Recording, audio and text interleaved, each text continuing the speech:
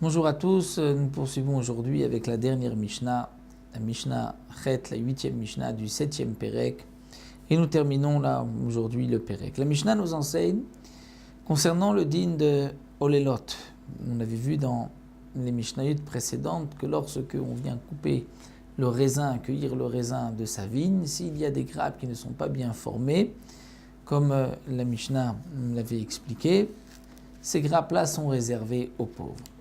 Bien sûr, c'est une obligation pour un particulier qui va vers la vendange de ses vignes. Mais, Amagdish Kermo, celui qui va offrir au Beth Amikdash sa vigne, il a une vigne avec des grappes de raisin et il veut tout offrir au Beth Amikdash.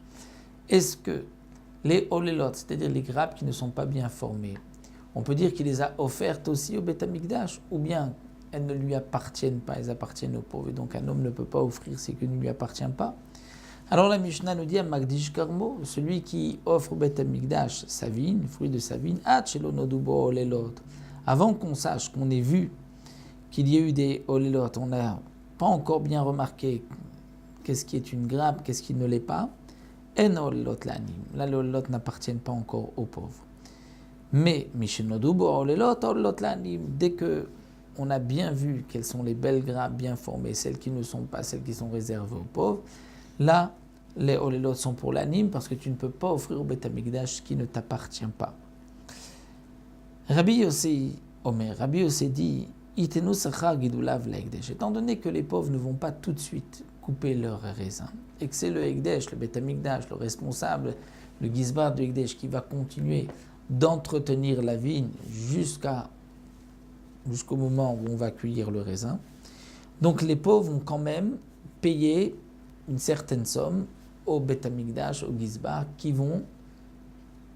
les Gizbarim, les responsables, qui vont s'occuper de ces vignes, de ces raisins, de ces grappes qui appartiennent aux pauvres. Ils vont arroser, ils vont désherber autour. Donc c'est pour cela qu'il faut donner un petit quelque chose, parce que les pauvres profitent d'une certaine manière du travail des Gizbarim fait au nom du Hekdesh, du Beth Amikdash. La Mishnah termine avec un autre din, Ezoi Shicha Be'aris. Lorsque on va couper le raisin des vignes, il peut y avoir aussi un oubli, comme nous l'avons vu pour les olives, comme nous l'avons vu pour l'état de récolte. Lorsqu'on oublie un arbre, on oublie les fruits de l'arbre, on oublie de les couper, on ne pourra pas revenir les couper, on les laissera aux pauvres. Il y a deux sortes de vignes. Une vigne qui est sur une planche, c'était l'habitude à l'époque, on montait une planche, donc une vigne montante, ou une vigne qui est au niveau du sol. Donc là, la Mishnah nous dit, Ezoi Shicha Be'aris. Be'aris, c'est une vigne qui est au-dessus d'une planche, au-dessus d'un bâton. À partir de quel moment on peut considérer que c'est